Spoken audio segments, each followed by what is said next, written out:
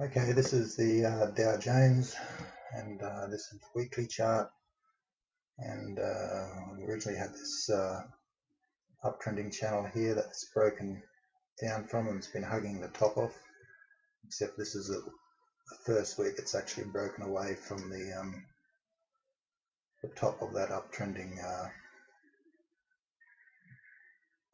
channel. But anyway, I've taken some high volume bars as levels, so we can have a look at.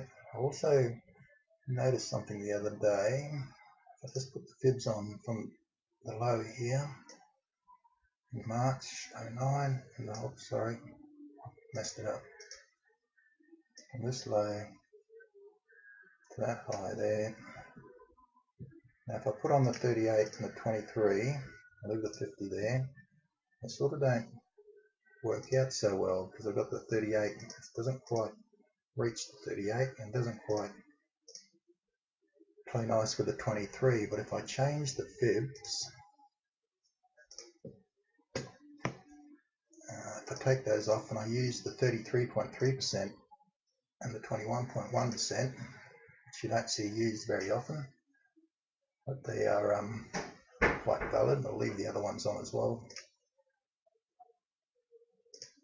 I'll just put them all on except for the 23 and the 38 we'll leave off. But we can see the 33% plays real nice with the retracement, plays nice with the has provided the support, and the 21.1% has provided the resistance. So that's interesting. I don't often see those numbers used. So it might be worth having a look at. You've got the 50 fib. If you wanted to break down from there, you've got the 50 fib at the 96.73, and that would correspond with the low of this area in here, where I'll just zoom in there, where there was accumulation down just beneath us. So there's a band of accumulation around there that's seen this last up move up. So if it were to break down from there, we can, that's probably where it's going to go. And you've got the 50 fib there at the 96.73 we can look at. But anyway, there's just some different levels you don't see very often, the 33.3 and the 21.1. So I'll just take those off for now and we'll zoom in.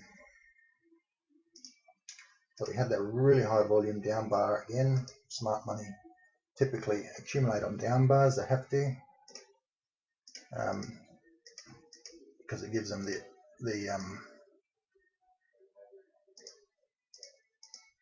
it's the only time they can really accumulate without marking the price up against their own buying. So smart money typically buy on down bars and sell on up bars, and because they need the downward pressure or selling pressure from the herd to fill their large orders, and typically they need upward pressure from the herd or from the public to distribute into, or from other groups of professional traders too. That's not just because they're all in competition with each other. But anyway, we've had the initial down bar with this in the start of accumulation. The next bar closes further into the body of the initial bar, because there's a lot of selling still in this bar, so we want to see that selling removed before price can go higher. It's gone down and the selling pressure is reduced, and that's created a break up. But as it's tried to go up into the body of this initial high volume bar, it up thrusts. So that, and the demand, the professionals withdraw from the market because they're not interested in higher prices just yet. They want to accumulate lower. Next bar again scopes into the body of our high volume bar, again on less volume, so there's less supply now, and that creates the move up. Then we see a really widespread bar coming down as there's a bit of effort to push back into the body of this bar, and that creates a bit of a bounce. It's closed off its low, so there's some buying in the bottom. It's created the bounce, but with close very close to the support line now, and we've and the price has rejected most of the body of our down bar. So that's a weak bar. So they've not, for the most part, participated in this shift up because we've closed on the low. We don't like seeing really low volume up bars because they show a lack of demand. So that last bar is a weak bar. It's not a strong bar, and it's actually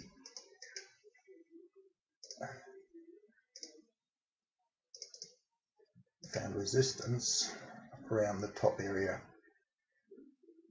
of the close area. It's up thrust the close of our initial down bar. But we'll have a look at the daily, just have a squeeze.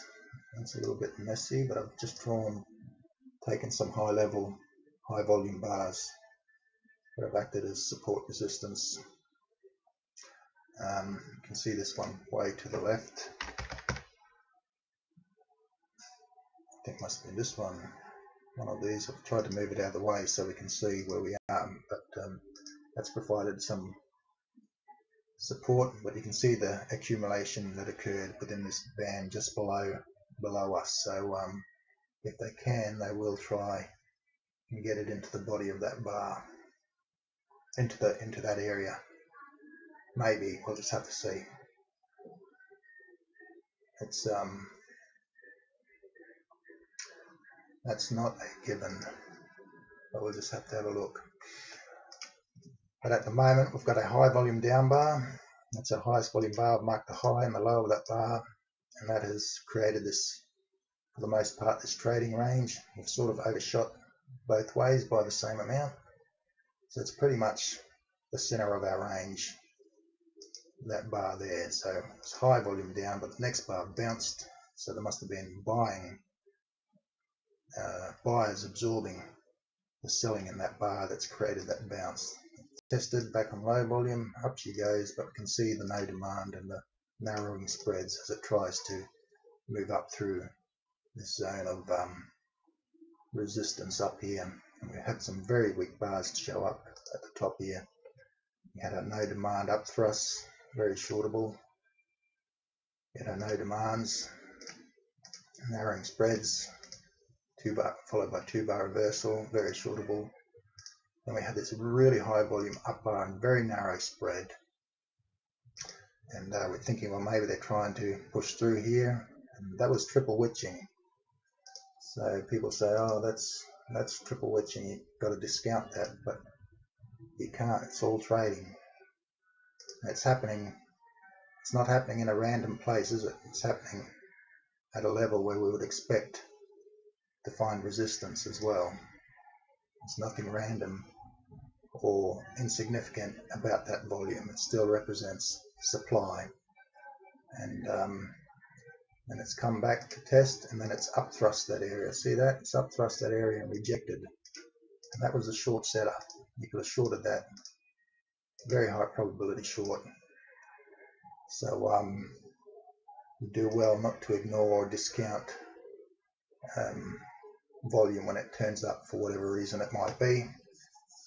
But what we want to see, I mean, we wouldn't short that high volume bar, but we would short that one there, no problem at all. You could short the follow up, because once there's no demand up thrust through that bar, you know they're not going to take it higher. It's not going to get above there at all, and that created the severe drop. That severe drop, and the volume wasn't that. I mean, it's gone down on increasing volume, and that was fairly high volume there as well. But the move was very rapid, and the news wasn't that. I mean, it wasn't any different to any other news. So why has it fallen so badly? And that's because they're offloading in that bar. So there's no support for the market. Any bad news, any sort of news, any excuse, and it'll just collapse because the professionals are not supporting the market. That's because they sold the market in this bar. And by this up thrust, you would have known that. Anyway, it's come off. We've got buying in the bottom as it hits the bottom of our August low, pulls up, and we're not too sure at this stage whether it's going to hold or not because it's a narrow spread. We do get some follow through as it pushes through the body of this high volume down bar here. Next bar goes up, but it's on decreasing volume and it closes well off the high, so it catches supply and it doesn't have the support to push through. That's confirmed by the next bar closing low. It's on low volume, so low supply. Oops, sorry. That allows it to bounce, but it's closed well off the high, and there's not a great deal of volume there as well. It's a little bit more than the previous bar, but it wasn't a particularly strong bar. Then the next bar closes down, takes out the low of that bar and slightly increased volume, so that confirms that that was a weak bar. And so now we're still within the range of this high volume bar here, so we'll have to have a look and see how price responds to this support level here. I've put this speculative little channel up here as well, so we'll just have to see if we get any support at the bottom of that channel or at the very low here at this high volume bar. And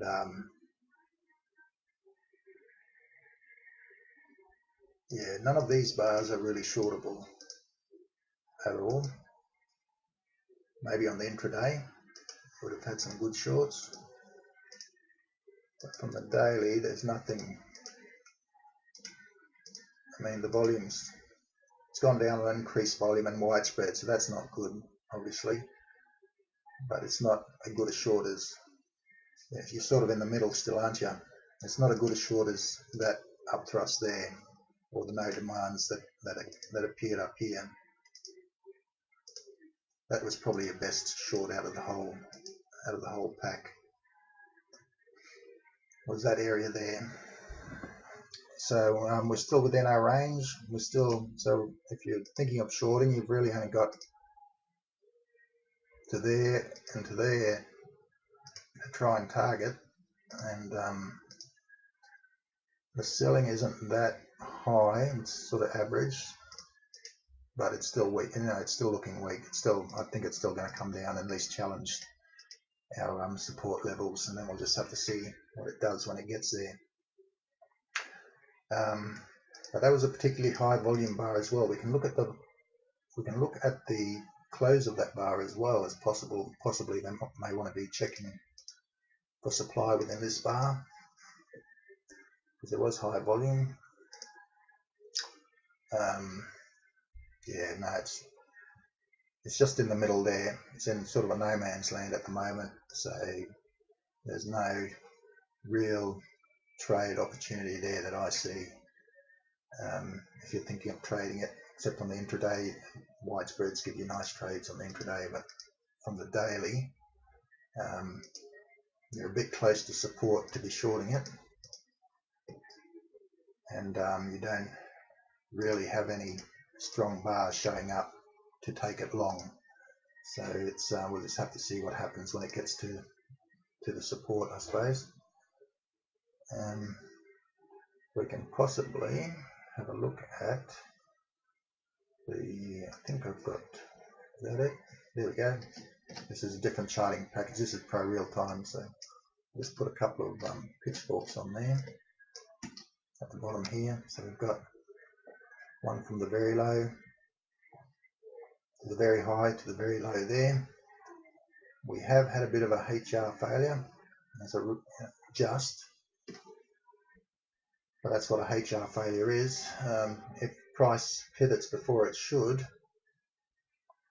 then usually it takes out the previous pivot. Not all the time, but a lot of times it does. But we'll just have to see, I think. So I would, if I was trading the pitchfork and I saw that and thought, oh, I'm going to go short that, I would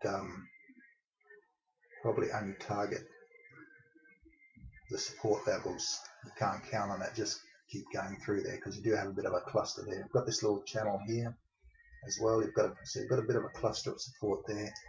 I might put a downtrending pitchfork there, so that sort of works. It's come to the median line, it's hit the upper time, found resistance. It hasn't made any moves to the median line yet, but that's probably a bit steep, that pitchfork, to use properly, but it's hugging that upper tine at the moment. Let's have a look. Maybe if I use the most recent swings like that and that and that. So that's a valid pitchfork. That's so we've got the bottom tine of that pitchfork there to have a look at as well. You can see we got levels of support just under there. We have a valid uptrending pitchfork, or a couple of them, and so we have a couple of levels of support we can look at if they if we get any sort of response to them from the price. I wonder if we can do any other ones just to play around. Maybe if I take if I were to use those there, because at this stage, or at this stage, that would have been our pivot low of the pitchfork, and then it's gone, hit the median, up thrust the median, just missed it. There's an example of a HR failure. Not probably a good one, because we did actually come and hit the median, but we've missed the median line and taken out the previous pivot. We can probably put a first warning line on that, which is just another parallel. Just colour it blue so we don't get lost. So that sort of corresponds. So there's a cluster of we do have some support clusters around the lows here of these bars on the Dow, so we'll just so we can have a look at those just to see what happens. We've also got, I'll just add another one just to make it messy. That's the one we're looking at before. Maybe if I use that one to speculate. So it's hit it, come down, back tested the upper tine, so that's pretty good. That's actually a pretty good pitchfork. So if that comes down and hits the median line, you've got a cluster of where we are at the moment. There is a cluster of support at the low there. So that'll take some effort to push through there if it wants to go lower, I suspect. But yeah, at the moment it's acting weak, and it probably will get to those lows again, and we'll just have to see what sort of selling pressure it's like when it gets there. But anyway, that's just a few pitchforks as well, and that's me done.